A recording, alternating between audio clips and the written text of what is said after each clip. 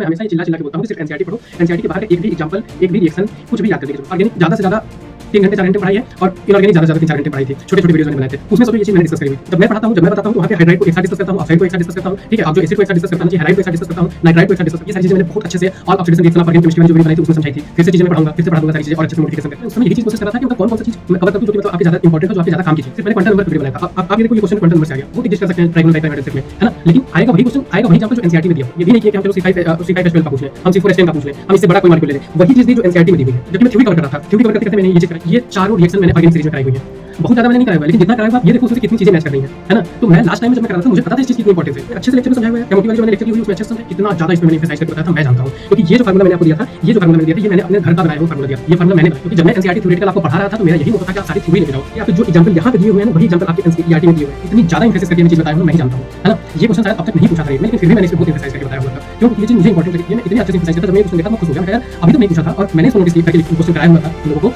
तो ये क्वेश्चन मैंने कराया और ये क्वेश्चन ले रहा था थ्योरेटिकल इलेक्ट्रोकेमिस्ट्री की लेक्चर, मैंने उसमें एक ही न्यूमेरिकल कराया है, ठीक है, उसमें मैंने एक ही न्यूमेरिकल कराया है फेराडे वाला, ये बोलते हैं कि इस पे क्वेश्चन हो जाता है, आने की संभावना है, ठीक है। और उसके दो क्वेश्चन आ गए आपके 2024 में, पार्शियल हाइड्रोलिसिस और कंप्लीट हाइड्रोलिसिस साइनाइड की बहुत अच्छे से बताई हुई है, 2-3 बार एम्फसाइज करके बताई हुई है। All hydrolysis reaction in organic chemistry, उसमें मैंने ये चीज कवर करी हुई है। लेकिन आपको जानना क्या है, आपको वही मॉलिक्यूल जानना है जो आपके एनसीईआरटी में ये मोस्ट एम्फसाइज्ड है मेरे ऑर्गेनिक वाले लेक्चर में। मैंने एल्केन दिया हुआ है, एक साइड उसकी ओडोलिसिस कराई, ये चीज मैंने बहुत एम्फसाइज करके बताई हुई है और ये चीज इस बार आया है निकले, है ना। अब जाके देखो ऑर्गेनिक वाली प्लेलिस्ट कितनी छोटी सी प्लेलिस्ट है, इनऑर्गेनिक वाली जाके देखो कितने छोटे-छोटे 5 क्वेश्चन है। अभी मैं आपको कॉन्सेप्ट अच्छे से पढ़ाऊंगा, उसमें आपको लगेगा कि ये क्वेश्चन एक नंबर का फालतू क्वेश्चन है। So hello everyone, my self Aman Singh, second pop MBBS student at KGMU Lucknow.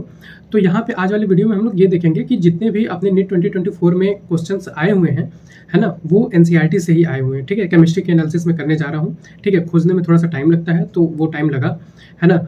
और लगभग सारे क्वेश्चन मैंने यहाँ पे ले लिए हैं नीट 2024 वाले। तो ये देखो, यहाँ पे मैं ये चीज़ पहले ही बता देना चाह रहा हूँ कि देखो, मैं हमेशा, आपने यदि मेरे को आप यदि पहले से देख रहे हो तो आपको पता होगा कि मैं हमेशा ये चिल्ला के बोलता हूँ कि सिर्फ एनसीईआरटी पढ़ो, एनसीईआरटी के बाहर का एक भी एग्जाम्पल, एक भी रिएक्शन कुछ भी याद करने की जरूरत नहीं है, ठीक है। बाकी फिजिकल केमिस्ट्री में आपके जो कॉन्सेप्ट्स वगैरह हैं वो उन्हीं कॉन्सेप्ट पे आपके सारे सवाल आए हुए हैं। और मैं हमेशा ये बोलता था कि फिजिकल केमिस्ट्री की थ्योरी पे भी अच्छा खासा ध्यान देना, है ना। तो थ्योरेटिकल फिजिकल केमिस्ट्री से भी आपके अच्छे खासे क्वेश्चन आए हुए हैं। और आपके जो कैलकुलेटिव वाले पोर्शन आए हुए हैं, वो मैं हमेशा कहता था कि कैलकुलेशन वाली चीज़ें आसान आएंगी, तो वो आसान ही आई हुई हैं, है ना। तो ये वाला जो फिजिकल केमिस्ट्री में हम लोग का बहुत बड़ा डाउट या बहुत बड़ी गलती रहती है कि हम लोग हमेशा कैलकुलेशन पे ही अटके रहते हैं, है ना। चाहे आपके इंस्टीट्यूट में भी, आपको यदि कोचिंग इंस्टीट्यूट में पढ़ाया जाता होगा तो वहाँ पे कैलकुलेशन पे ही फोकस कराया जाता है, आप वही करते हो। इसीलिए मैंने नीट 2024 से पहले आपको ढेर सारी फिजिकल केमिस्ट्री की एनसीईआरटी की थ्योरी कराई हुई थी, है ना।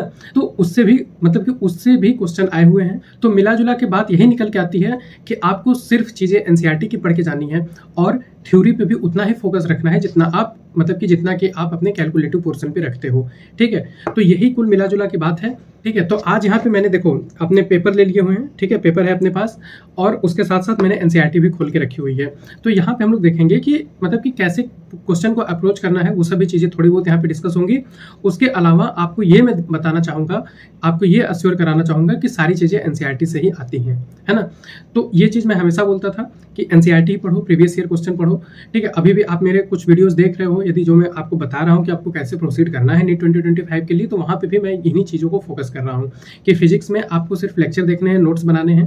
फिजिक्स में एनसीईआरटी का बहुत ज़्यादा आपको ध्यान नहीं देना है, कैसे करना है फिजिक्स उसकी एक वीडियो मैंने बनाई हुई है ना। तो यहाँ पे पहले आज का वीडियो शुरू करते हैं, बाकी और भी बातें अभी मैं आगे समराइज करूंगा, तो लास्ट तक देखते रहो, ठीक है। अभी यहाँ पे मैं ये शुरू करता हूँ। तो यहाँ से मैं अपना पहला क्वेश्चन देखूँ तो क्वेश्चन है कि which of the following is the most stable carbocation among the following, ठीक है। ये आपका पेज नंबर 331 पे यहाँ पे आप यदि देखोगे, ठीक है, तो यहाँ पे इसने बताया है कि in general greater the number of alkyl group attached to the positively charged carbon greater the hyperconjugation and the stabilisation of cation, ठीक है। तो ये क्वेश्चन आपका देखो एनसीईआरटी में ही जहाँ पे हाइपर कंजुगेशन समझाया है वहाँ पे इन्होंने बताया है कि आपका कार्बोकेटायन की स्टेबिलिटी कैसे डिटरमाइन करनी है। वैसे भी ये चीज़ें आपको पता होनी चाहिए, ठीक है। आपको हमेशा हर जगह बताया जाता है। मैंने भी जब ऑर्गेनिक केमिस्ट्री में कार्बोकेटायन जहाँ पे भी आया है वहाँ पे मैंने शॉर्ट फॉर्म में चीज़ें को डिस्कस किया हुआ है वहाँ पे कि आपका जो कार्बोकेटायन की स्टेबिलिटी है वो आपको पता होनी चाहिए कि मतलब कि ट्राइफेनाइल, बाइफेनाइल, उसके भी सबसे ज़्यादा स्टेबल जो होता है ट्राईसाइक्लोप्रोपाइल, बाईसाइक्लोप्रोपाइल, साइक्लोप्रोपाइल, ट्राइफेनाइल, बाइफेनाइल, ठीक है। बेंजाइल के पहले टर्सरी फिर बेंजाइल, ठीक है, फिर सेकेंडरी, प्राइमरी। तो ये होता है आपके कार्बोकेटायन की स्टेबिलिटी, तो ये आपको पता होना चाहिए, ठीक है। फ्री रेडिकल की स्टेबिलिटी भी आपको पता है कि बेंजाइल, ठीक है, बेंजाइल फिर टर्सरी, फिर सेकेंडरी, फिर प्राइमरी। तो ये सब चीज़ें आपको बताई भी जाती हैं और ये चीज़ें एनसीईआरटी से ही हैं, इसीलिए बताई जाती हैं। अब इसमें क्या है कि मैंने अपने जितने भी वीडियोस बनाए हुए हैं पढ़ाने वाले या फिर आगे भी जो मैं पढ़ाऊंगा उसमें यही रहेगा कि मैं सिर्फ एनसीईआरटी का पढ़ाता हूँ, सिर्फ एनसीईआरटी से पढ़ाऊंगा। मेरा हमेशा से मानना है कि कुछ भी एनसीईआरटी के बाहर का नहीं आता। मैं तो कितनी बार आप लोग को ये भी सजेस्ट करता हूँ कि यार जो भी चीज़ें तुमको एनसीईआरटी से मतलब कि जो भी चीज़ें तुमको नहीं समझ में आ रही है, एग्जाम यदि आ गया है सिर पे, तो आप सिर्फ एनसीईआरटी में जितना दिया है वो उतना ही देख के चले जाओ, सिर्फ वही एग्जाम्पल देख के चले जाओ और कोई एग्जाम्पल मत देख के जाओ। ठीक है, तो ये होता है एनसीईआरटी का इंपॉर्टेंस केमिस्ट्री और बायो में, है ना। इसके बाद अपना दूसरा क्वेश्चन हम लोग देखें तो बॉइलिंग पॉइंट ऑफ हाइड्राइड ये दिया हुआ है। ठीक है, अब ये चीज़ मैंने अच्छे से डिस्कस करी हुई है उसमें इनऑर्गेनिक वाली जो सीरीज है। ठीक है, मैंने ऑर्गेनिक ज़्यादा से ज़्यादा 3 घंटे 4 घंटे में पढ़ाई है और इनऑर्गेनिक ज़्यादा से ज़्यादा 3-4 घंटे में पढ़ाई थी। छोटे छोटे वीडियोज़ मैंने बनाए थे, उसमें सोचो ये चीज़ मैंने डिस्कस करी हुई थी। तो जो भी चीज़ें हैं मैंने इनऑर्गेनिक को पॉइंट वाइज कराई थी, वहाँ पे ये चीज़ें मैंने अच्छे से डिस्कस करी हुई हैं, मुझे अच्छे से याद है ना। ये आपका दिया हुआ है पेज नंबर 586 पे। ठीक है, तो यहाँ पे हम लोग देखें तो ये है आपका ये बॉइलिंग पॉइंट यहाँ पे दिया हुआ है ना। ये जो आपका बॉइलिंग पॉइंट दिया हुआ है इसमें मैंने आपको अच्छे से बताया था कि नीचे जाने पे मॉलिक्यूलर वेट बढ़ता है। मॉलिक्यूलर वेट बढ़ने से, अब मान लो कोई कंटेनर में मॉलिक्यूलर वेट यदि कंपाउंड का यदि बढ़ रहा है तो मॉलिक्यूलर वेट बढ़ने से वो इवेपोरेट नहीं होंगे, जल्दी बॉयल नहीं होंगे, क्योंकि भारी भारी मॉलिक्यूल होते जाएंगे। तो मॉलिक्यूलर वेट बढ़ने से बॉइलिंग पॉइंट बढ़ता है, लेकिन ऑक्सीजन में एक्सटेंसिव हाइड्रोजन बॉन्डिंग होने की वजह से उसकी बॉइलिंग पॉइंट सबसे ज़्यादा होती है। तो वाटर की सबसे ज़्यादा हो जाएगी, H2O में एक्सटेंसिव हाइड्रोजन बॉन्डिंग होने की वजह से उसकी बॉइलिंग पॉइंट सबसे ज़्यादा हो जाएगी, बाकी मॉलिक्यूलर वेट के बेसिस पे रहेगा। फिर उसके बाद मैंने 15th ग्रुप में भी वही चीज़ साथ साथ बताई थी कि अमोनिया का ASH3 से ज़्यादा हो जाता है। ऐसे तो PS3 उससे ज़्यादा, ASH3 उससे ज़्यादा, SBH3 उससे ज़्यादा, BIH3, लेकिन ASH3 से ज़्यादा अमोनिया का हो जाता है, क्योंकि उसमें भी हाइड्रोजन बॉन्डिंग वाला फैक्टर आ जाता है। तो ये चीज़ें आपको अच्छे से पढ़ाई भी जाती हैं और ये चीज़ें आपकी एनसीईआरटी में यहाँ पे दी हुई हैं, जहाँ पे आपको रिएक्टिविटी ऑफ हाइड्रोजन दिया हुआ है वहीं पे आपको ये चीज़ें दी हुई हैं। बाकी जब मैं पढ़ाता हूँ, जब मैं बताता हूँ, तो वहाँ पे हाइड्राइड को एक साथ डिस्कस करता हूँ, ऑक्साइड को एक साथ डिस्कस करता हूँ। ठीक है, ऑक्सो एसिड को एक साथ डिस्कस करता हूँ, हालांकि अब वो सिलेबस में नहीं है, लेकिन फिर भी आपको पढ़ के जाना चाहिए। हैलाइड को एक साथ डिस्कस करता हूँ, नाइट्राइड को एक साथ डिस्कस करता हूँ। तो ये सब चीज़ें ऐसे ही होती हैं। ठीक है, तो इसके आगे अपना अगला क्वेश्चन देखो। अब ये देखो, ये चीज़ एकदम प्योर एनसीईआरटी से आई हुई है ना, प्योर एनसीईआरटी से आई हुई है, ऊपर से सारी चीज़ें भी आपकी मेंशन है। ठीक है, तो ये भी आपका स्टेटमेंट सही है कि H2O का सबसे ज़्यादा होगा, बाकी मॉलिक्यूलर वेट बेसिस पे जाएगा। ठीक है, फिर उसी का एक्सप्लेनेशन है, तो ये एनसीईआरटी से ही है ना। इसके बाद नेक्स्ट क्वेश्चन पे चलते हैं। तो नेक्स्ट क्वेश्चन है आपका ये केमिकल बॉन्डिंग का क्वेश्चन लग रहा है, पेज नंबर 114-115, है ना, पेज नंबर 114-115। अब यहाँ पे देखो, ये जो क्वेश्चन है जितने भी हैं, अब ये देखो एनसीईआरटी को लेके ये इतना स्ट्रिक्ट है, इतना ज़्यादा स्ट्रिक्ट है कि इसने यहीं से सारी चीज़ दे दी है। क्या क्या है, SF6 है, तो SF6 देखो एनसीईआरटी में दिया हुआ है साफ साफ। ठीक है, फिर उसके बाद आपका 115 पे आओ, आपका XeF4 है, तो XeF4 यहाँ पे भी है, XeF4। ठीक है, उसके बाद आपका कौन सा है, BrF5 है, तो BrF5 भी है। उसके बाद आपका अमोनिया है, तो अमोनिया भी है। अब इन चारों को मैच कराना है, तो ये हुआ ना, ये हुआ। यहाँ पे मैं कहता हूँ कि जो आपको ना समझ में आए वो एनसीईआरटी के ही एग्जाम्पल देख के चले जाओ। ये एक तरीके से एग्जाम्पल ही तो हुए। एनसीईआरटी में जो मॉलिक्यूल दिया है सिर्फ वही आपको पता होना चाहिए। जैसे जब मैं आइसोमेरिज्म इन कोऑर्डिनेशन कंपाउंड पढ़ाता हूँ तो मैं उसमें सारी चीज़ें नहीं बताता हूँ। ठीक है, उसमें यही बताता हूँ कि वहाँ पे आपको आइसोमर फाइंड करने में बहुत दिक्कत होगा। इससे अच्छा एनसीईआरटी में जितने आइसोमर के एग्जाम्पल दिए हुए हैं सिर्फ उतने पढ़ के चले जाओ। ठीक, तो यही तरीका होता है ना। एनसीईआरटी की इतनी हद तक इंपॉर्टेंस है। अब आपका ये क्वेश्चन नंबर 55 जो है, पेज नंबर 28, ठीक है, पेज नंबर 28।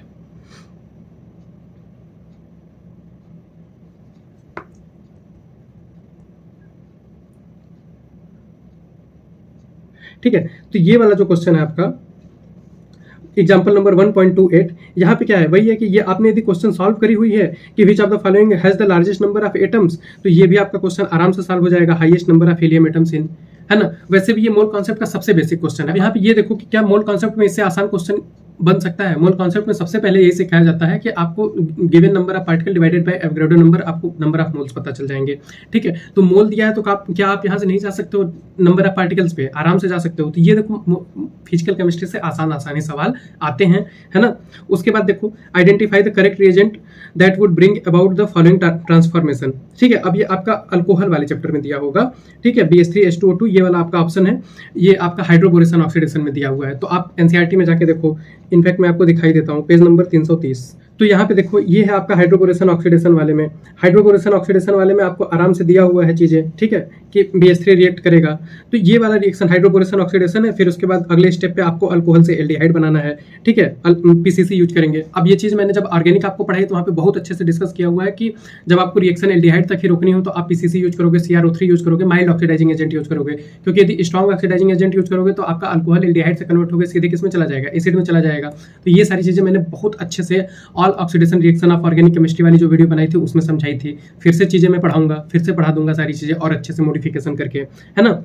इसके बाद मैं देखूं तो क्वेश्चन नंबर 57 अपना दिया आइसोथर्मल आइसोबारिक। ये आपको, ये किसको नहीं पता है थर्मोडायनेमिक्स का मतलब कि ये अब यही है कि थ्योरेटिकल ही हुआ ना। ये थर्मोडायनेमिक्स एक तरीके से कैलकुलेटिव चैप्टर है, लेकिन ये क्या है, ये सबसे ज्यादा थ्योरेटिकल चीज है। इससे आसान थ्योरी हो ही नहीं सकती। आइसोकोर में वॉल्यूम कांस्टेंट, आइसोबार में प्रेशर कांस्टेंट, आइसोथर्म में टेम्परेचर कांस्टेंट, एडियाबैटिक में हीट एक्सचेंज, कोई हीट एक्सचेंज नहीं होगा। तो ये चीज एकदम आसान है कि नहीं। पेज नंबर 140, पेज नंबर 141 ये भी दिखाने की जरूरत है। यहाँ पे आपकी सारी चीजें लिखी हुई हैं। बॉयल्स लॉ में टेम्परेचर कांस्टेंट है, ठीक है। फिर उसके बाद आपका आइसोथर्म यहाँ पे लिखा हुआ है।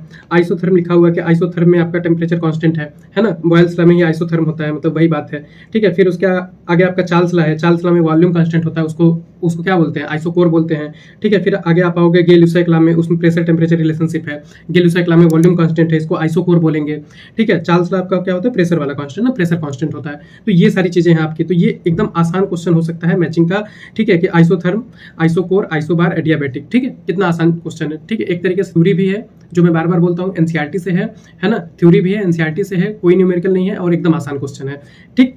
फिर उसके बाद आपका आता है क्वेश्चन नंबर 58, ठीक है। विच ऑफ द फॉलोइंग अल्कोहल, ठीक, ल्यूकास रिएजेंट। ल्यूकास रिएजेंट किसको नहीं पता है, ZnCl2HCl, ठीक है। अल्कोहल का टेस्ट है। ये आपका कहाँ दिया हुआ है, ये आपका दिया हुआ है पेज नंबर 715 पे, ठीक है। यहाँ पे आपका चीजें दिया हुआ है कि ल्यूकास टेस्ट क्या होता है ना। यहाँ पे आप देख सकते हो ल्यूकास टेस्ट क्या होता है, ZnCl2HCl, ठीक है। ये क्यों होता है, ठीक। तो ये primary alcohol do not produce turbidity. सबसे ज्यादा रिएक्टिव कौन होता है, टर्सरी, फिर सेकेंडरी, फिर प्राइमरी, है ना। तो ये चीजें आपकी फिर यहाँ पे भी पेज नंबर 671 पे भी दी हुई हैं। 671 मतलब कि आप आ जाओगे एल्काइल हैलाइड वाले चैप्टर में। एल्काइल हैलाइड वाले चैप्टर में यहाँ पे ये चीजें दी हुई हैं। ये आपका ल्यूकास रिएजेंट ही है ना, जिसमें आपको ये बताया कि कंसंट्रेटेड HCl लेते हैं ZnCl2 के साथ। प्राइमरी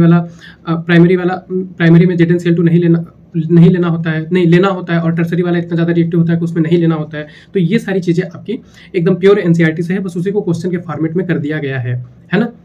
अब इसके बाद आपका ये वाला अगला क्वेश्चन है जिसमें कि which of the following equilibrium Kp and Kc are not equal, ठीक है। तो यहाँ पे ये दिया हुआ है कि Kp और Kc कब इक्वल होते हैं, ठीक है। अब आपको यहाँ पे ये चीज कितनी आसान है, ठीक है। अब आप यही देखो ना, मैं जो बार बार बोलता हूँ कि फिजिकल केमिस्ट्री में चीजें आसान आती है, बस आपकी थ्योरी, आपके कॉन्सेप्ट स्ट्रॉन्ग होने चाहिए। आप यहाँ पे देखो Kp Kc कौन सा फार्मूला होता है, Kp is equal to Kc RT के power delta Ng, change in mole of gas, ठीक है। Kp is equal to Kc RT power delta Ng, यही वाला फार्मूला होता है। इसके बाद नेक्स्ट क्वेश्चन पे चलोगे तो नेक्स्ट क्वेश्चन क्या है, मैं ये कितना आसान क्वेश्चन है, ये आपका दिया हुआ है एटॉमिक स्ट्रक्चर का क्वेश्चन लग रहा है, ठीक है। इसमें तो आपको एनसीईआरटी देखने की भी जरूरत नहीं है, क्योंकि ये तो बच्चों को पता है कि ये आपका प्रिंसिपल क्वांटम नंबर हो गया, ये आपका साइज बताता है ऑर्बिटल का। इनफैक्ट ये चीज मैंने जब एटॉमिक स्ट्रक्चर वाली जो मैंने वीडियो बनाई थी फिजिकल केमिस्ट्री की, जो सबसे वेरी फर्स्ट वीडियो मैंने बनाई थी स्ट्रक्चर ऑफ एटम पे, मैंने वहां पे समझाया था क्वांटम नंबर्स के बारे में, ठीक है। यहाँ चीजें देखो तो मैं उस समय यही चीज कोशिश कर रहा था कि मतलब कौन सा चीज कवर कर दूं जो कि मतलब आपके ज्यादा इंपॉर्टेंट हो, जो आपके ज्यादा काम की चीज हो,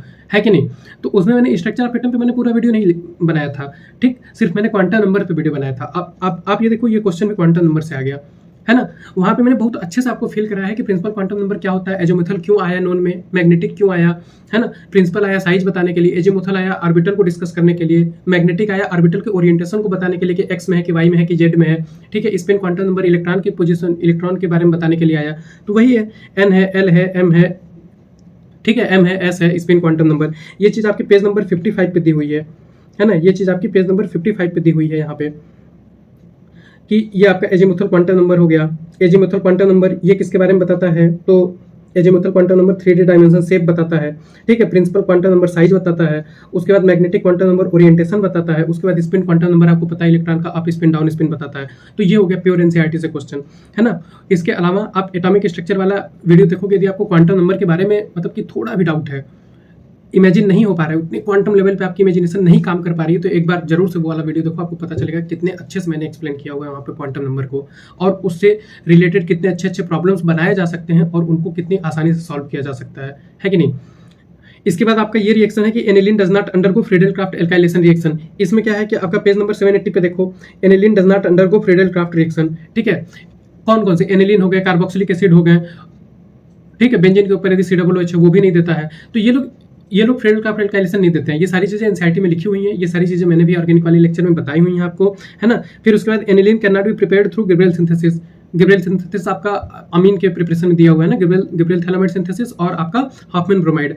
ठीक है, अब आपका गिब्रेल सिंथेसिस में आपको पता होना चाहिए कि एक सेकंड, एनसीईआरटी की चीजें हैं, आपको पेज नंबर 771 पे आओ। ठीक, aromatic primary amine, aromatic primary amine can not be synthesis by Gabriel phthalimide. क्यों? क्योंकि यहाँ पे RX है, ठीक है, और इसको इसी पे अटैक होना है, तो स्टेरिक हिंड्रेंस की वजह से यहाँ पे आप कोई भी एरोमेटिक प्राइमरी नहीं बना सकते हो, क्योंकि स्टेरिक हिंड्रेंस रीजन आ जाता है ना। ये चीजें हो रही हैं।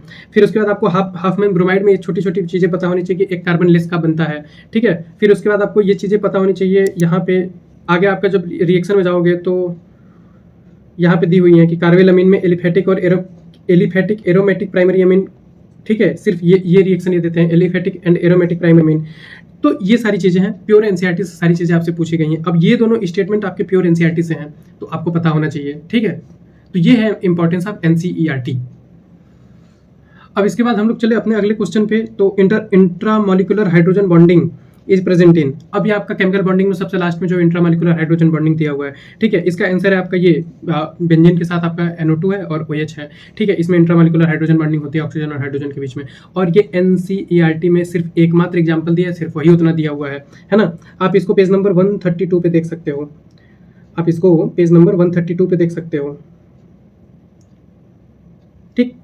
एकमात्र एग्जाम्पल दिया हुआ है यहाँ पे, और ये वही है, ठीक है। बेंजीन के ऊपर NO2 और OH और इनके बीच में आपका इंट्रामोलिकुलर हाइड्रोजन बॉन्डिंग दिया हुआ है। तो कंक्लूजन यही निकलता है कि सारी चीजें सिर्फ एनसीईआरटी से आएंगी, सारे एग्जाम्पल एनसीईआरटी से आएंगे, एक एक मॉलिक्यूल आपका केमिस्ट्री में एनसीईआरटी से ही आएगा, ठीक है। कोई भी अब मान लो फॉर एग्जाम्पल कोई भी मान लो ट्राइगोनल बाइपिरामिडल का कोई आना है क्वेश्चन, ठीक है, कोई क्वेश्चन आना है, तो वो ट्राइगोनल बाइपिरामिडल का वही क्वेश्चन आएगा, जो वही एग्जांपल आएगा जो एनसीईआरटी में दिया हुआ है, ठीक है। मॉलिक्यूल बहुत एग्जिस्ट कर सकते हैं ट्राइगोनल बाइपिरामिडल शेप में, है ना, लेकिन आएगा वही क्वेश्चन, आएगा वही एग्जांपल जो एनसीईआरटी में दिया हुआ है। समझ रहे हो मेरी बात, ठीक है। इसके बाद आप देखो on heating some solid substance change, ये तो क्लास 10th में पढ़ाया जाता है कि सॉलिड को हीट की डायरेक्ट लिक्विड में नहीं गया, डायरेक्ट गैस में चेंज हो गया, ये इसको सब्लिमेशन बोलते हैं। कपूर इसका अच्छा एग्जांपल है, कैम्फर, ठीक है। कैम्फर आप हीट करोगे तो डायरेक्ट इवेपोरेट हो जाता है, ये तो 9th-10th में पढ़ाया जाता है। सोचो कितने आसान आसान क्वेश्चन आए हुए हैं, है ना। तो आसान ही आता है, बस बात यह है कि अपने आप को वहाँ पे अच्छे से मैनेज करना होता है, ठीक है। जो मैं बार बार आप लोगों के लिए फोकस करता हूँ, आप लोग को समझाने के लिए कि अपने आप को जितना शांत रखोगे उतना अच्छा नंबर लाओगे नीट में, है ना। तो ये चीजें समझो, इतनी आसान पेपर है, इतना आसान पेपर आ रहा है। आप ये पेपर देख लो, पेज नंबर 333, ठीक है, पेज नंबर 333। अब यहाँ पे ये चीज जहाँ पे आपको क्वांटिटेटिव ये चीज समझाई हुई है, सब्लिमेशन आराम से लिखा हुआ है, ठीक है। सॉलिड कहाँ चला गया, पेज नंबर 333, है ना, कि यहाँ पे आपको ये चीज अच्छे से लिखी हुई है कि without passing through liquid state solid to vapour, ठीक है। अब यही चीज यहाँ पे दी हुई है कि सॉलिड टू वेपर, ये क्या है आपका सब्लिमेशन, ठीक। नेक्स्ट क्वेश्चन को देखो, एनसीईआरटी से ही होगा, ठीक है। क्या क्वेश्चन है, in which of the following entropy increase. Entropy क्या होती है, एंट्रोपी आपकी रैंडमनेस होती है। एंट्रोपी किस में बढ़ेगी, ये चीजें आपको दी हुई है, पेज नंबर 183 पे आओ, ठीक है, पेज नंबर 183 पे आओ, ठीक। यहाँ पे चीजें दी हुई है कि लिक्विड यदि सॉलिड में जाएगा तो इसमें एंट्रोपी क्या होती है, घटेगी, ठीक है। एंट्रोपी आपकी क्या होगी, घटेगी लिक्विड से सॉलिड में, है ना। फिर आपका क्या है, temperature of crystalline solid raised from 0, temperature बढ़ोगे एंट्रोपी बढ़ेगी, ठीक है। तो इसमें क्या होगा, दूसरे वाले केस में एंट्रोपी बढ़ेगी, आपका दिया भी होगा। तो ये सब एंट्रोपी क्या है, रैंडमनेस, टेम्परेचर बढ़ाने से मॉलिक्यूल इधर उधर भागेंगे, रैंडमनेस बढ़ेगी। तो ये चीज आपका कहाँ से दिया हुआ है, एनसीईआरटी से दिया हुआ है। एनसीईआरटी के एग्जाम्पल के ही बेस्ड पे आपके क्वेश्चन बनाए गए हैं, ठीक। तो एनसीईआरटी का एग्जाम्पल आप कई बार तो देखोगे कि सिर्फ एग्जाम्पल की डायरेक्ट कैलकुलेशन डेटा सब कुछ आ जाता है एकदम एग्जाम्पल से, ठीक है। 2021 में एक सवाल आया हुआ था, एकदम मतलब कि आयनिक इक्विलिब्रियम का सवाल था, सॉल्युबिलिटी का, एनसीईआरटी का ही क्वेश्चन आ गया था, ठीक। तो यही होता है। आप आगे चलो, आगे आपका क्या है, among the 16th group does not show -2 oxidation state. अभी आपको पता है नीचे जाने पे -2 ऑक्सीडेशन स्टेट की स्टेबिलिटी घटती है, ठीक है, क्योंकि ऑक्सीजन -2 शो कर लेता है, ठीक। ये तो सबको पता है, ऑक्सीजन रीडली एकदम आसानी से -2 शो करता है, तो -2 की स्टेबिलिटी ऊपर ज्यादा होती है, नीचे घटती जाती है, ठीक। तो ये आप पेज नंबर 585 पे आपको दिखाता हूँ, एनसीईआरटी में लाइन लिखा हुआ होगा, ये है ना, अच्छे से लिखा हुआ है। 585 पे आप यहाँ पे देखो, कि आपका यहाँ पे आराम से लिखा हुआ है एकदम वही चीज़ लिखा हुआ है। ये तो मान लो मैंने आपको कॉन्सेप्ट बताया, ये मैंने ऑक्सीडेशन स्टेट भी आपको इनऑर्गेनिक केमिस्ट्री वाले लेक्चर में अच्छे से डिस्कस की हुई है ना। एकदम बढ़िया से ये चीज़ें डिस्कस की हुई हैं मैंने, नाइट्रोजन की, ऑक्सीजन की, 15 की, 16 की, 17, 18 सारे ग्रुप की मैंने ऑक्सीडेशन स्टेट एक जगह डिस्कस की हुई है। यहाँ पे आप देखो पोलोनियम हार्डली सो -2 ऑक्सीडेशन स्टेट, ठीक, नीचे जाने पे -2 की स्टेबिलिटी घटती है ना। तो ये सारी चीज़ें हैं आपकी। इनर्ट पेयर इफेक्ट भी तो लगता है। इनर्ट पेयर इफेक्ट वाले से आप देखोगे तो ग्रुप 16 में ऊपर जो है आपका, ऊपर कितना, ग्रुप 13 में देखो तो ऊपर +3 स्टेबल रहेगा, नीचे +1 स्टेबल रहेगा। 14 में ऊपर +4 स्टेबल रहेगा, नीचे +2 स्टेबल रहेगा, है ना। 15 में देखोगे तो ऊपर आपका +5 स्टेबल रहेगा, नीचे +3 स्टेबल रहेगा, और जिसमें कि नाइट्रोजन +5 नहीं शो करेगा क्योंकि उसके पास डी ऑर्बिटल नहीं है। तो ये सारी चीज़ें आपको पता होनी चाहिए, है ना। उसके बाद हम लोग देखें क्वेश्चन नंबर 66 पे। तो ये क्या है, ये आपका फैराडे। हाँ, फैराडे वाला देखो, मैंने जब इलेक्ट्रोकेमिस्ट्री का लेक्चर रिकॉर्ड किया था तो इलेक्ट्रोकेमिस्ट्री वाले लेक्चर में मैंने देखो वहाँ पे जो मैंने फिजिकल केमिस्ट्री में जो कराई है वो आपका एनसीईआरटी की थ्योरी कराई है, ठीक है। लेकिन ये एक ऐसा क्वेश्चन था जहाँ पे मैंने थ्योरी कराते कराते ये क्वेश्चन का एक एग्जांपल देके आसानी से आपको सॉल्यूशन भी बता दिया था, क्योंकि मैंने वहाँ पे बोला था कि इस क्वेश्चन के आने की प्रोबेबिलिटी बहुत ज़्यादा है, इस क्वेश्चन के आने की प्रोबेबिलिटी बहुत ज़्यादा है। इस वजह से मैंने उस वाले इस पे बेस्ड मैंने 1-2 क्वेश्चन कराए थे वहाँ पे, जबकि मैं कवर कर रहा था थ्योरी, क्वेश्चन नहीं कवर कर रहा था, न्यूमेरिकल पार्ट में बिल्कुल नहीं कवर कर रहा था, लेकिन मैं वहाँ पे कराया था फैराडे का कैलकुलेशन, क्योंकि बहुत बार पूछा जाता है, ठीक है। तो चीज़ें मुझे भी एक्सपीरियंस है चीज़ें कि कौन सी चीज़ें कब कहाँ कितनी पूछी जा रही हैं, ठीक है, मैंने भी दिया है पेपर, है ना। तो ये देखो, ये आपका पेज नंबर 492 पे आ जाओ एक सेकंड के लिए। एनसीईआरटी में आप देखना चाहते हो तो आप यहाँ पे आ जाओ 492 पे। ये सारे आपके जो क्वेश्चन दिए हुए हैं फैराडे वाले, ये सारे जो क्वेश्चन दिए हुए हैं, ये सारे आसान क्वेश्चन यदि आप सॉल्व किए हो तो आपको एनसीईआरटी से ये क्वेश्चन 1 सेकंड में लगने वाला है ना। और आप यदि मेरा वाला वीडियो देखो तो वहाँ पे मैंने आसानी से बताया हुआ है कैसे क्वेश्चन को सॉल्व करना है, ठीक। न्यूमेरिकल थ्योरी कराते कराते मैंने एक न्यूमेरिकल करा दिया और यही वाले न्यूमेरिकल कराया, और ये क्वेश्चन 2 बार आया आपके 2024 में, ये भी तो देखो, आगे आओ आपको मिलेगा, ठीक है। Which are the increasing order of electronegativity, page number 91 पे आओ, पेज नंबर 91 पे आओ, ठीक, 91 पे आओ। आपका ये इलेक्ट्रोनेगेटिविटी वैल्यू वाला पूरा चार्ट दिया हुआ है, उसी से ये चीज़ पूछी गई है, ठीक। इलेक्ट्रोनेगेटिविटी वैसे भी आपको याद होना चाहिए, इलेक्ट्रोनेगेटिविटी आपको याद होना चाहिए। फ्लोरीन, उससे कम ऑक्सीजन, उससे कम नाइट्रोजन, फिर क्लोरीन, ब्रोमीन, फिर आयोडीन, फिर सल्फर, फिर कार्बन, फिर फास्फोरस, फिर हाइड्रोजन, ठीक है। फास्फोरस हाइड्रोजन का बराबर होता है 2.1 के बराबर। तो ये सारी चीज़ें आपको याद होनी चाहिए, मुझे देखो अभी तक याद है, ठीक है। तो ये चीज़ें आपको याद होनी चाहिए। तो इसमें यदि आपको कुछ नहीं रहता तब भी आप ये लगा सकते थे कि फ्लोरीन, फिर ऑक्सीजन, फोन तो पहले ही हो गया, फोन, ठीक, फिर क्लोरीन, फिर ब्रोमीन, फिर आयोडीन, फिर सल्फर, फिर कार्बन, फिर फास्फोरस, फिर हाइड्रोजन, फिर आपका उधर आ जाएगा सिलिकॉन, ठीक। तो ये हो गया आपका मतलब कि इलेक्ट्रोनेगेटिविटी वाला आपको याद होना चाहिए, एनसीईआरटी में दिया हुआ है, टेबल में दिया हुआ है, वहीं से आएगा और कहीं से नहीं आएगा, ठीक। A compound with molecular formula C6H14 has 2 tertiary carbon, एकदम एनसीईआरटी का है। पेज नंबर 351 पे आओ, पेज नंबर 351 पे आओ। अब यहाँ पे इन्होंने क्या दिया हुआ है, एक सेकेंड, बार ये लैग कर रहा है,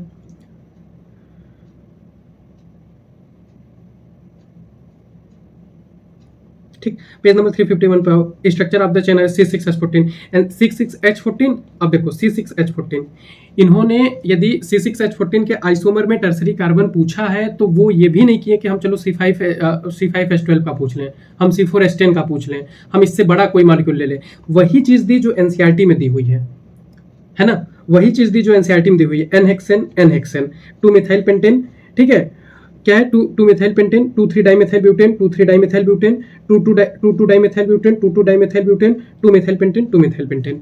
वही चीज़ है जो एनसीईआरटी में वही आपका पूछ लिया, ठीक। तो आप अब आपको टर्सरी कार्बन गिनने में क्या बहुत दिक्कत है, आपको यहाँ पे फिर वही चीज़ समझाई भी है कि primary carbon, secondary carbon and tertiary carbon, quaternary carbon, ठीक है। Carbon atom attach to 2 carbon atom is known as secondary, tertiary carbon attach to 3 carbon atom new या क्वाटरनरी, ये सारी चीज़ें दी हुई हैं। तो एनसीईआरटी से ही पूछेगा और कहीं से नहीं पूछेगा, ठीक। आगे आओ, फेलिंग सॉल्यूशन, सबको पता है टॉलिन फेलिंग क्या है, फेलिंग में फेलिंग है, फेलिंग भी है ना, कॉपर सल्फेट है, फिर उसके बाद पोटेशियम टाइट्रेट है ना। आगे आओ, पेज नंबर 746 पे आओ, पेज नंबर 746 आओ, पेज नंबर 746 पे आओ। आपका यहाँ पे दिया हुआ फेलिंग है, फेलिंग भी, ठीक। क्या दिया हुआ है, Fehling solution A is aqueous copper sulphate. Fehling भी क्या है कि आपका अल्कलाइन पोटेशियम टाइट्रेट है जिसको रोचेल साल्ट बोलते हैं, वही चीज़ दिया हुआ है। फेलिंग ए क्या होता है, आंसर 1 कॉपर सल्फेट। फेलिंग भी क्या होता है, पोटेशियम टाइट्रेट जिसको रोचेल साल्ट बोलते हैं। तो यही चीज़ आपका दिया हुआ है, प्योर एनसीईआरटी। अब इससे सोचो, इससे आसान क्वेश्चन हो सकता है कुछ, सिर्फ पूछ लिया है ना, ये भी नहीं पूछा कि रिएक्शन है। इसमें अच्छा क्वेश्चन क्या बनता है पता है, इसमें अच्छा क्वेश्चन ये बनता है कि यहाँ पे जो कॉपर है ये +1 का बनता है, Cu2O बनता है, CuO नहीं बनता है, कॉपर +2 में नहीं रहता। इसमें अच्छा क्वेश्चन और क्या बनता है, यही सब चीजें बनती है। ये कॉम्प्लेक्स हो गया आपका, है ना, कॉम्प्लेक्स पूछ ले आपका, यहाँ पे अमोनिया 2 है 4 लगा दे, तो ये सब चीजें भी पूछी जा सकती हैं अच्छा पेपर में। Activation energy of chemical reaction can be calculated if one knows the value of, ठीक है। अब ये चीज आपके यहाँ पे क्या दी हुई है, क्या ये वाला आपका फार्मूला नहीं आपको पता है, ln/K2/K1। यदि ये मैं कराया हूँ, मुझे याद है ये मैं कराया हूँ। आप जब उसका लेक्चर देखोगे केमिकल काइनेटिक्स का, मैं अच्छे से कराया हूँ कि 10 डिग्री सेल्सियस टेम्परेचर बढ़ाने पे K से 2K हो जाता है। इस पर भी मैंने ये क्वेश्चन कराया मैंने, है ना, जबकि मैं थ्योरी कवर कर रहा था। थ्योरी कवर करते करते मैंने ये चीज़ कराई हुई है कि K से 2K 10 डिग्री सेल्सियस पे बढ़ जाता है, तो यहाँ पे K2 की जगह 2K रखो, K1 की जगह K रखो, ठीक है। फिर ये टेम्परेचर का कैलकुलेट करो। तो यहाँ पे क्या है, ये कि rate constant at 2 different temperature. यदि आपको 2 डिफरेंट टेम्परेचर पे रेट कांस्टेंट पता है तो आप यहाँ से एक्टिवेशन एनर्जी जान सकते हो कि नहीं जान सकते हो, आर की वैल्यू आपको पता है तो, है ना। आप इसको एनसीईआरटी में देखना चाहते हो, पेज नंबर 512 पे आओ, पेज नंबर 512 पे आओ।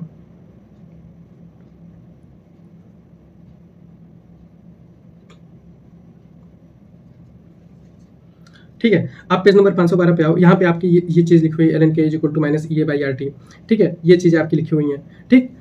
आगे चलो, फिर वही क्वेश्चन आ गया, इसी पेज से आ गया, which plot of the ln k 1/t NCERT, ln k और 1/t का कर्व आपका एनसीईआरटी में दिया हुआ है, वही आपका पूछ लिया।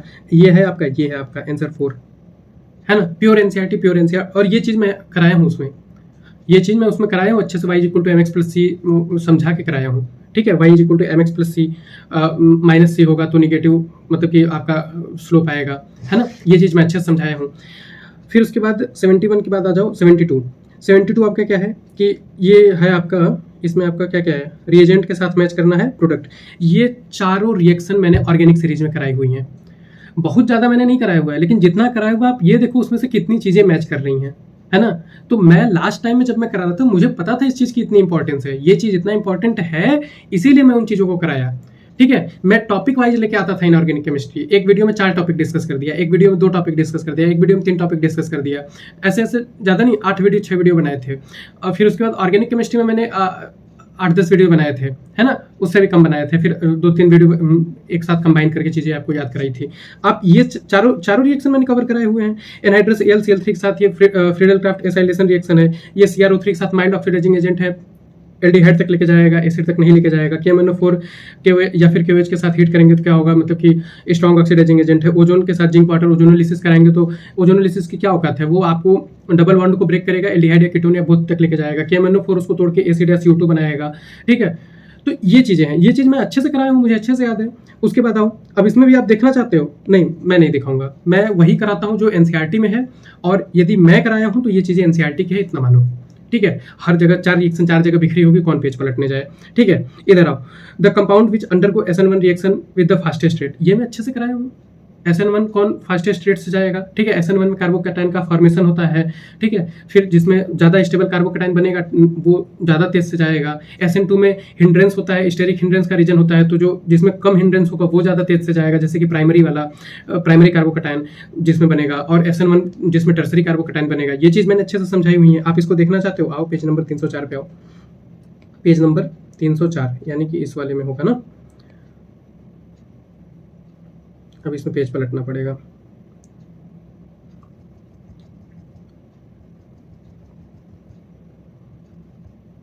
ठीक। पेज नंबर 304 पे आओ, ये सारी चीजें आपकी दी हुई हैं, है ना, ये सारी चीजें आपकी दी हुई हैं। ये SN2 का, SN1 का, ठीक, ये आपका एग्जाम्पल में दिया हुआ है, वही चीज आपका यहाँ पे पूछ लिया है, ठीक। ये मैंने अच्छे से बताया हुआ है, क्यों, क्योंकि यहाँ पे ये जब CH3 हटेगा तो यहाँ पे कार्बोकैटायन बनेगा, जो ज़्यादा स्टेबल बनेगा वो ये, इसमें फिनाइल कार्बोकैटायन बनेगा, जो कि बहुत गंदा कार्बोकैटायन, आज तक का सबसे गंदा कार्बोकैटायन है। ये मैंने अच्छे से डिस्कस की हुई है कि क्यों ये वाला बॉन्ड नहीं टूटता है, 4-4 5-5 बार डिस्कस की हुई है भाई ये बात मैंने, ठीक है। इसमें इसको आप गलती से बेंजाइल इंटरप्रेट करके कई लोग आंसर टिक करके आए हो, है ना।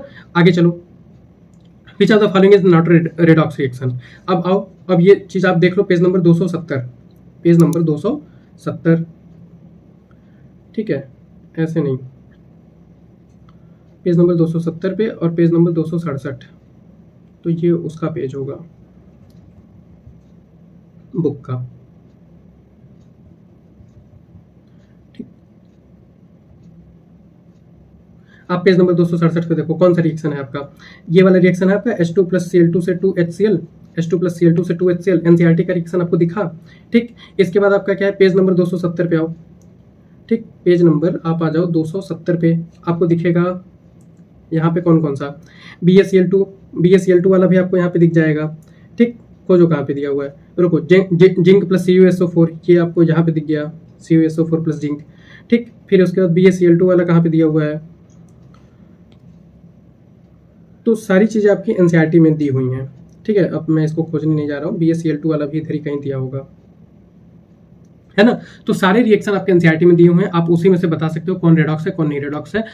ऊपर से आपको यहाँ पे कॉन्सेप्ट अच्छे से पता है कि यदि ऑक्सीडेशन एक प्लस में हायर में जाएगा एक लोअर में जाएगा तो वो क्या हो जाएगा आपका, वो क्या हो जाएगा आपका, रेडॉक्स हो जाएगा। ठीक, ऑक्सीडेशन नंबर में। ठीक, फिर उसके बाद एक ऑक्सीडाइज होगा एक रिड्यूस होगा तो रेडॉक्स हो जाएगा। उसके बाद boiling point of 3 isometric pentane following the order, ये देखो 100% NCERT, page number 380, page number 380।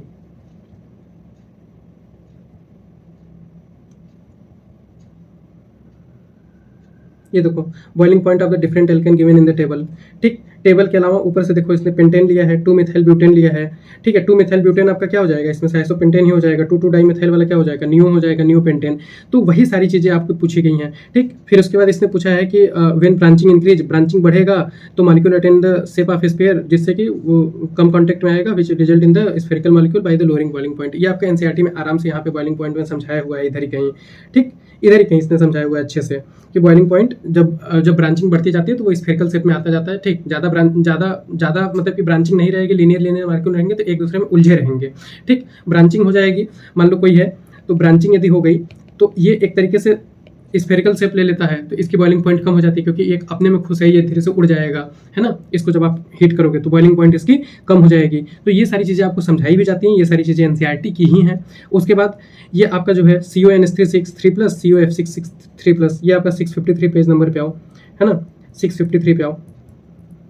अब देखो 653 पे आप क्या देख रहे हो, CONH3 plus CONH3 plus COF6 minus COF6 minus, pure NCERT का ही एग्जाम्पल, एनसीईआरटी का ही मॉलिक्यूल आपको आएगा एग्जाम में, है ना।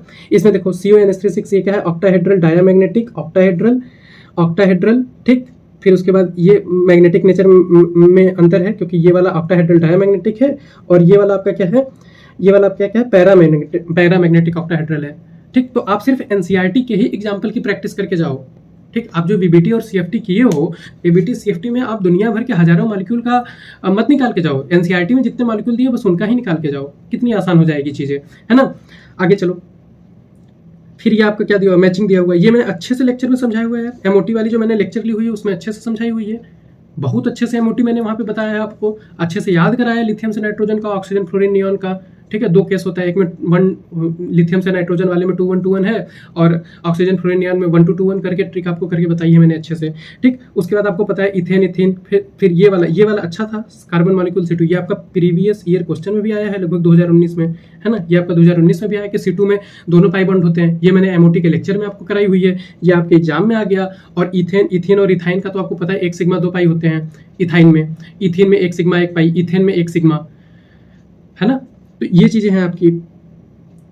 ठीक है, फिर उसके बाद आपका हेनरी लॉ कांस्टेंट, ये मैंने कितने इंपॉर्टेंट से बताया था आपको, मतलब कितना ज्यादा इसमें मैंने एम्फेसाइज करके बताया था, मैं जानता हूं, क्योंकि ये जो फार्मूला मैंने आपको दिया था, ये मैंने अपने घर का बनाया हुआ फार्मूला दिया था, ये फार्मूला मैंने बनाया था। मतलब फार्मूला क्या, ये मतलब एक तरीके से मैंने याद करने के लिए अपने लिए बनाया था कि KH is directly proportional to temperature divided by solubility. Temperature बढ़ाने पे KH बढ़ेगा, ठीक है, या सॉल्युबिलिटी, KH बढ़ने पे सॉल्युबिलिटी घटेगा। ठीक है, तो ये रिलेशन मैंने इस तरीके से लिख के याद करी हुई थी, वो चीज़ आपकी याद आ गई, वो चीज़ आपकी एग्जाम में आ गई। और ये मैं पेज पे दिखाने नहीं जा रहा हूँ क्योंकि मैंने यदि आपको बताया तो वो एनसीईआरटी का ही था। पेज नंबर 439 पे जाके चेक कर लेना, हालांकि मेरे PDF में अलग पेज है, आप जाके चेक कर लेना, मैं आपको करा देता हूँ।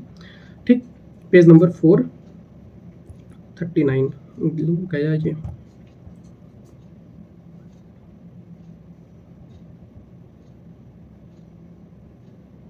ठीक है, आओ पेज नंबर 439 पे, यहाँ पे ये चीज़ दी हुई है, मैं दोबारा नहीं पढ़ने जा रहा हूँ। ठीक है, ये मैंने अच्छे से समझाया हुआ है। तो ये चीज़ यहाँ पे देखो कि KH ज़्यादा तो सॉल्युबिलिटी कम। अब सबसे ज़्यादा KH किसका दिया हुआ है? ए वाले का, तो ए वाले का सबसे कम सॉल्युबिलिटी, फिर सी वाले का, फिर बी वाले का। ठीक है, तो ये हो गया आपका। ये चीज़ मैंने बहुत अच्छे से इम्फेसिस करके बताई हुई है, क्योंकि जब मैं एनसीईआरटी थ्योरेटिकल आपको पढ़ा रहा था तो मेरा यही मोटो था कि आप सारी थ्योरी लेके जाओ। सॉल्यूशन की तो आप बहुत vapour pressure, abnormal molar mass, ठीक है, RLVP, रिलेटिव लोडिंग, ठीक है, TF TB KF के भी बहुत किए हो। ठीक है, जब मैं ये पढ़ा रहा था, आप जाके सॉल्यूशन वाला वीडियो देखो, वहाँ पे मैंने बहुत अच्छे से ये चीज़ बताई हुई है।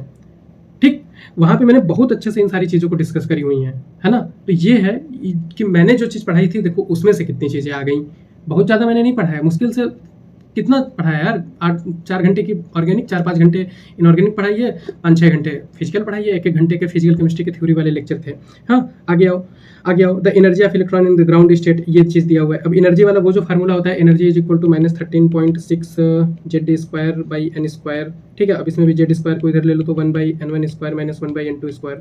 ठीक, ये वाला फार्मूला आप लगा के इसको आराम से कैलकुलेट कर सकते हो। टोटल एनसीईआरटी का पेज नंबर 47 पे जाके देख लेना। ठीक, वहाँ पे फार्मूला ये सब दिया हुआ है। उसके बाद ये डी ब्लॉक का एग्जाम्पल का क्वेश्चन है। ठीक है, पेज नंबर 662 पे चलो। इसमें आप देखो पेज नंबर 622 पे, तो ये आपका क्वेश्चन आया है कि यहाँ पे पूछा है ना Cr2+ और Mn2+ ऑक्सीडाइजिंग D4 कॉन्फ़िगरेशन, वही आपका क्वेश्चन है। इस क्वेश्चन की आपको यदि अच्छे से अंडरस्टैंडिंग है तो आप ये क्वेश्चन एकदम आराम से लगा सकते हो, एकदम आराम से लगा सकते हो। ठीक है, उसके बाद द रिएजेंट ग्लूकोज कौन सा नहीं देगा टेस्ट, पेज नंबर 790 पे दिया हुआ है। ठीक है, पेज नंबर 790 पे हुआ है यहाँ। ठीक, ये आपकी सारी चीज़ें यहाँ पे दी हुई हैं, कौन सा टेस्ट ग्लूकोज देगा, कौन सा नहीं देगा। यहाँ पे देखो HI के साथ रिएक्शन है। ठीक है, फिर उसके बाद आपका कौन सा है, हाइड्रोजन साइनाइड के साथ रिएक्शन है। ठीक है, फिर उसके बाद ब्रोमीन वाटर के साथ रिएक्शन है। ठीक, फिर उसके बाद यहाँ पे इन्होंने सारी चीज़ें लिखी हुई हैं कि ग्लूकोज किसके साथ रिएक्शन नहीं देगा। आगे के केमिकल रिएक्शन में आओ ग्लूकोज में। ठीक, तो यहाँ पे ये चीज़ दिया हुआ है कि डज नॉट गिव द सिफ टेस्ट। ठीक, और it does not hydrogen sulphide with NHSO3 के साथ भी रिएक्शन नहीं देता। तो आप ये क्वेश्चन आराम से एनसीईआरटी से, बायोमोलिक्यूल का क्वेश्चन है, एकदम आराम से एनसीईआरटी में जितनी चीज़ दी हुई है वहीं से पूछी है, तो आप इसको अटेम्प्ट कर सकते हो, है ना। उसके बाद आओ जल्दी करते हैं, ये वाला आपका solvate linkage, isomerism, coordination isomerism, ये आपके जो एग्जाम्पल यहाँ पे दिए हुए हैं ना, वही एग्जाम्पल आपके एनसीईआरटी में दिए हुए हैं, पेज नंबर 650 पे, है ना। यहाँ पे देखो, ठीक, यहाँ पे आप देखो पेज नंबर 651, यहाँ पे जो एग्जांपल दिए हुए हैं वो एग्जांपल यहाँ पे दिए हुए हैं। ये हो गया चाहे आपका एग्जांपल, चाहे आपका सीरे, ये वाला, ये एग्जांपल जो हो गए। ठीक है, ये वाला आपका जो एग्जांपल हो गया। इसके बाद आपका ये वाला इधर जो ये वाला एग्जांपल दिया हुआ है ना, ये सारी चीज़ें आपका सॉल्वेट आइसोमेरिज्म। ठीक, क्या है आपका CrH2O6Cl3 सॉल्वेट आइसोमेरिज्म। ठीक, चौथे का पहला, ठीक है, चौथे का पहला डी। तो ये चीज़ें प्योर एनसीईआरटी हैं। ये चीज़ें कहाँ से हैं? एनसीईआरटी से हैं। आगे चलो, पेज नंबर 83। ठीक, ये आपको तो पता होता है, lithium, beryllium, boron, carbon, nitrogen. ठीक है, नाइट्रोजन का क्या होता है, बेरिलियम और नाइट्रोजन का थोड़ा सा वो वहाँ पे इंटरचेंज हो जाता है। क्यों? क्योंकि बेरिलियम और नाइट्रोजन का दोनों का स्टेबल कॉन्फ़िगरेशन है आयनाइजेशन एंथैल्पी में। ठीक, तो ये चीज़ें आपको अच्छे से पढ़ाई जाती है, ये चीज़ें मैंने भी बताई है ना वाले लेक्चर में, तो ये चीज़ आप आराम से कर सकते हो। और ये चीज़ आप पेज नंबर 88 पे जाके देखना, वहाँ पे आयनाइजेशन एंथैल्पी का जो टेबल दिया हुआ है, वहाँ पे ऐसे ग्राफ के फॉर्म में दिया हुआ है, वहाँ पे ये चीज़ें अच्छे से दी हुई हैं, तो वहाँ से आप इस चीज़ को देख सकते हो। आगे चलो पेज नंबर क्वेश्चन नंबर 84। अब मैं यहाँ से चीज़ें फिजिकल केमिस्ट्री के कुछ क्वेश्चन है जो मैं नहीं आपको दिखाने जा रहा हूँ। वन छोटे वाइट, ये मूल कॉन्सेप्ट का क्वेश्चन, एकदम आसान क्वेश्चन है ना, एकदम आसान क्वेश्चन है। पेज नंबर 27 पे जाके देखो, वहाँ पे इस टाइप के क्वेश्चन दिए हुए हैं, है ना। उसके बाद आपका ये वाला जो रिएक्शन है कि KC दिया हुआ है, उसके बाद कंपोजिशन ऑफ रिएक्शन मिक्सचर। ठीक है, तो ये आप पेज नंबर 205-206 पे आप जाके देख सकते हो। कौन से चैप्टर में? आपका ये है इक्विलिब्रियम वाले चैप्टर में, आप जाके देख सकते हो। उसके बाद आप गिवन बिलो द, ये चीज़ आपकी दी हुई है ना, ये आपका प्रैक्टिकल में साल्ट एनालिसिस में दिया हुआ, तो मैं एनसीईआरटी में नहीं दिखा सकता। आपके इस बार सिलेबस में प्रैक्टिकल ऐड किया गया था, इसलिए वहाँ से एक क्वेश्चन को भी पूछना जरूर। तो इन्होंने पूछा ये बताने के लिए कि सिलेबस का कितना इंपॉर्टेंस है। सिर्फ सिलेबस का पढ़ो, सिलेबस के बाहर का मत पढ़ो, है ना।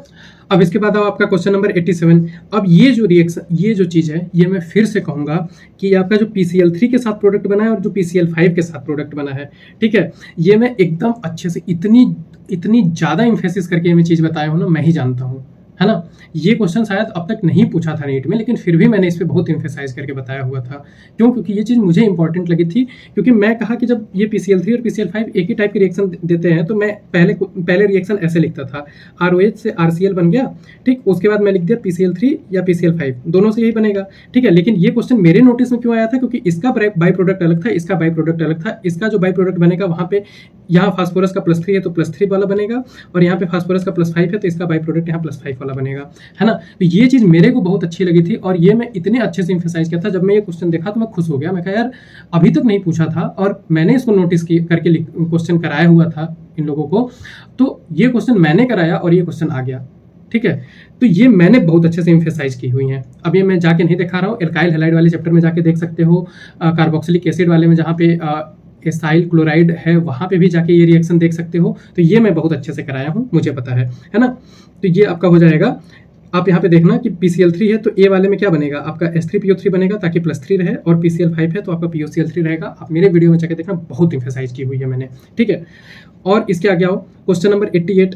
अब ये वही है कि फैराडे वाला क्वेश्चन जो मैं बोल रहा था कि मैं ले रहा था थ्योरेटिकल इलेक्ट्रोकेमिस्ट्री की लेक्चर, मैंने उसमें एक ही न्यूमेरिकल कराया है, ठीक है। उसमें मैंने एक ही न्यूमेरिकल कराया है फैराडे वाला, ये बोल के कि इस पे क्वेश्चन बहुत आता है, आने की संभावना है, ठीक है। और उस पर 2-2 क्वेश्चन आ गए आपके नीट 2024 में, ठीक है, 2-2 क्वेश्चन आ जाते हैं, ठीक।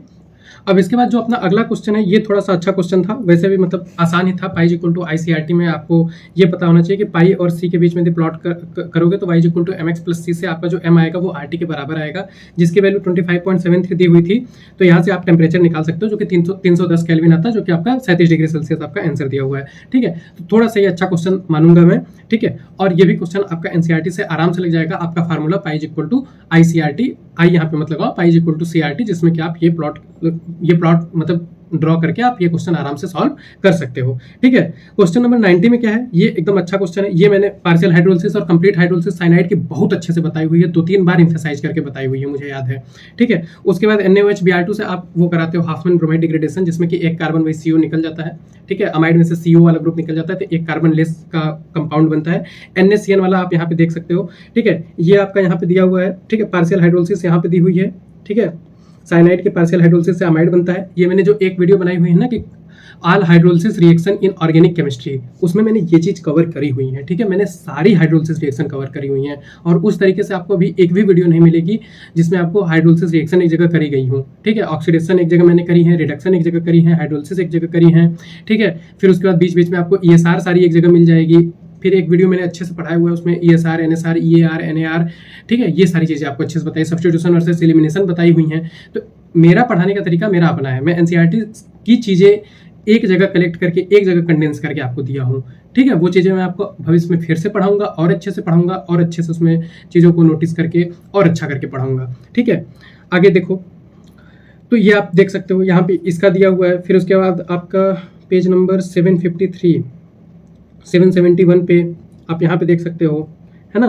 पेज नंबर 771 पे आप यहाँ पे देख सकते हो हाफमैन ब्रोमाइड डिग्रेडेशन का यहाँ पे दिया हुआ है कि एक यहाँ से CO निकल जाएगा, CO ग्रुप, ठीक है। तो एक कार्बन कम का यहाँ पे आपको प्रोडक्ट मिल जाएगा, है ना। फिर उसके बाद हम लोग यहाँ पे चले कि correct answer resonance structure can be drawn, ठीक। पेज नंबर 111 पे आओ, पेज नंबर 111 पे आओ, ठीक। तो यहाँ से आप क्या देख रहे हो, आप ये देख रहे हो कि आपका यहाँ पे दिया हुआ है कि 3 resonance structure drawn for ozone, ठीक है। फिर उसके बाद आप BF3 का देख रहे हो, तो BF3 देखो यहाँ पे आपका दिया हुआ है। NF3 NH3 का डिस्कशन आपको यहाँ पे दिया हुआ है, NF3 NH3 का डिस्कशन, ठीक है। फिर उसके बाद आप आ जाओ पेज नंबर, इधर आ जाओ, यहाँ पे आप देखो ये कार्बोनेट वाले का यहाँ पे पूरा डिस्कशन दिया हुआ है, ठीक। फिर उसके बाद आपका ये ओजोन वाले का आपका यहाँ पे पूरा डिस्कशन दिया हुआ है, ठीक है। तो आप देखो कि सारे चारों के चारों ऑप्शन आपके NCERT में डिस्कस किए गए हैं, तो वही चीजें आएंगी जो NCERT की हैं। फिर से वही चीजें आएंगी जो NCERT में हैं, ठीक है। इसके बाद हम लोग बात करें क्वेश्चन नंबर 92, तो ये CONH3 प्लस CONH4, ये दोनों एग्जांपल पेज नंबर 646 है ना, पेज नंबर 646 पे आओ, ठीक। पेज नंबर 646 पे आप आके देखोगे तो होमोलेक्टिक हेट्रोलेप्टिक में आपको जो एग्जांपल दिए हुए हैं वो कौन कौन से दिए, CONH3 plus CONH3 Cl2 plus, ठीक। ये और ये वही एग्जांपल है जो NCERT में दिए हुए हैं, ठीक है। होमोलेप्टिक हेट्रोलेप्टिक कई मॉलिक्यूल आप लेके मतलब आप कई मॉलिक्यूल लेके आप एक्सप्लेन कर सकते हो चीज़ों को, ठीक है। लेकिन आपको जानना क्या है, आपको वही मॉलिक्यूल जानना है जो आपके एनसीईआरटी में दिए हुए हैं। होमोलेप्टिक हेट्रोलेप्टिक समझाने के लिए इसने दो ही चीज़ पकड़ी हुई हैं, सिर्फ दो, एक एक एग्जाम्पल लेकर समझाया हुआ है। आप वही एक एक एग्जाम्पल उसने यहाँ पे पूछ लिया और ये बाहर नहीं गया। ये नहीं सोचा कि मैंने कॉन्सेप्ट समझा दिया तो कोई और मॉलिक्यूल ले लूँ, नहीं। ये है इंपॉर्टेंस ऑफ एनसीईआरटी जो मैं आपको बार बार बोल रहा हूँ, ठीक। ये जो आपका रिएक्शन है KMnO4H+ के साथ एल्कीन का ये क्लीवेज होगा और यहाँ पे इन दोनों से एसिड बन जाएगा। ये मोस्ट एम्फेसाइज्ड है मेरे ऑर्गेनिक वाले लेक्चर में। मैंने एल्कीन लिया हुआ है, एक साइड उसकी ओजोनोलिसिस कराई है और बताया है कि इसके औकात एल्डिहाइड कीटोन या वहीं तक है, या तो एल्डिहाइड बनाएगा या तो कीटोन बनाएगा, तो दोनों बताएगा। एक तरीके से माइल्ड ऑक्सीडाइजर है ओजोनोलिसिस। और जब आप KMnO4 लेते हो तो ये स्ट्रॉन्ग ऑक्सीडाइजर है, ये डबल बॉन्ड पे क्लीवेज करेगा। यदि टर्मिनल पे है तो CO2 के फॉर्म में निकलेगा, बीच में कहीं है तो दोनों एसिड दे देगा दोनों साइड, है ना। ये चीज मैंने बहुत एम्फेसिस करके बताई हुई है और ये चीज इस बार आया है नीट में, है ना। अब जाके एक बार देखो ऑर्गेनिक वाली प्लेलिस्ट, कितनी छोटी सी प्लेलिस्ट है। इनऑर्गेनिक वाली जाके देखो, उसमें कितने छोटे छोटे 5-6 वीडियो हैं, ऑर्गेनिक में कितने छोटे छोटे 10 वीडियो हैं, ठीक है। उसी में से आया है चीजें, ज्यादातर चीजें, ठीक। लेंथेनाइड आयन, ठीक, जितनी मेरे से हो पाई थी उतनी मैंने कराई थी एग्जाम से पहले। Lanthanide ion which are diamagnetic, अब ये देखो, ये मैंने अच्छे से डिस्कस करी हुई है। आपको मैंने अच्छे से मतलब इम्फेसिस करके याद कराया हुआ है कि यार पूरे लेंथेनाइड एक्टिनाइड का आपको एटॉमिक नंबर याद होना चाहिए, ठीक। कौन कौन से D1 है लेंथेनाइड सीरीज में, पहला वाला लेंथेनम, बीच में गैलेडोडियम और लास्ट वाला ल्यूटेटियम, ये तीनों D1 है, बाकी सारे D0 हैं। इसके अलावा एक्टिनाइड वाली सीरीज में दूसरा, तीसरा, चौथा, बीच वाला और लास्ट वाला, ये D1 है, बाकी सारे D0 हैं। ये मैंने अच्छे से याद कराया हुआ है। अब यदि ये याद है तो आप इन लोगों का इलेक्ट्रॉनिक कॉन्फ़िगरेशन लिख सकते हो और इनके इलेक्ट्रॉन निकाल के आयन बना सकते हो। आयन बना के आप इसको बता सकते हो कि डायमैग्नेटिक है कि पैरामैग्नेटिक है ना, कर सकते हो, ठीक। मैंने कराई हुई है, ये चीज़ भी मैंने कराई हुई है इनऑर्गेनिक में। अब मेरे को तो ये लग रहा है अभी कि मैंने कितनी अच्छी चीज़ करा दी कितने कम टाइम में, ठीक। फिर उसके बाद ये सारे फिजिकल के क्वेश्चन है, ये फिजिकल केमिस्ट्री का क्वेश्चन है। अब इसको खोजने में नहीं जा रहा हूँ। ये आपका फिजिकल केमिस्ट्री का एक लाइन का क्वेश्चन है। अभी मैं आपको मूल कॉन्सेप्ट अच्छे से पढ़ाऊंगा, उसमें आपको लगेगा कि ये एकदम क्वेश्चन 1 नंबर का फालतू क्वेश्चन है ना। इंपेरिकल फार्मूला, मॉलिक्यूलर फार्मूला, ये क्वेश्चन आपका है रिवर्सिबल आइसोथर्मल का, इसको आप लगा सकते हो, ठीक। एनसीईआरटी से ही सारे हैं। तो यहीं पे मैं वीडियो खत्म करता हूँ। आपको जो कहानी का मतलब मुझे समझाना था वो समझा दिया और मैंने ये बता दिया कि मतलब कितनी मतलब अच्छा पेपर, मतलब आसान पेपर भी डिजाइन किया जा सकता है, अच्छा पेपर भी किया जा सकता है, लेकिन जो भी किया जाएगा वो एनसीईआरटी से ही किया जाएगा, ठीक। इसीलिए बेफिक्र रहो, एनसीईआरटी पढ़ो, जितने मॉलिक्यूल एनसीईआरटी में दिए बस उन्हीं को ध्यान दो, है ना। होमोलेप्टिक हेट्रोलेप्टिक उसने समझा दिया, अब हजारों मॉलिक्यूल के साथ वो आपको सवाल बना के दे सकता है, लेकिन उसने कौन से मॉलिक्यूल आपको दिए जो एनसीईआरटी में दिए हुए हैं, है ना। वो ट्राइगोनल, बाइपिरामिडल, टेट्रागोनल, ठीक है, टेट्राहेड्रल, ट्रायंगुलर, प्लेनर पे हजारों मॉलिक्यूल दे सकता है, कहीं से भी एग्जांपल दे सकता है, लेकिन उसने वही एग्जांपल दिए जो एनसीईआरटी में दिए हुए हैं, ठीक। तो यहीं पे मैं वीडियो खत्म करता हूँ, ठीक। बाकी आप लोग चैनल से कनेक्टेड रहो, मैं पढ़ाऊंगा तो अच्छे से पढ़ाऊंगा, चीज़ों को समझा के पढ़ाऊंगा और चीज़ों को कंडेंस करके पढ़ाऊंगा, ठीक है। आप रेफरेंस के लिए पिछले वीडियोस देख सकते हो, है ना। बाकी जो मैं जैसे बता रहा हूँ पढ़ने के लिए, जो स्ट्रेटजी बता रहा हूँ, जो तरीका बता रहा हूँ वो फॉलो करो, वैसे ही करो, ठीक है। तो यहीं पे आज का वीडियो खत्म करते हैं, ठीक है। Thank you.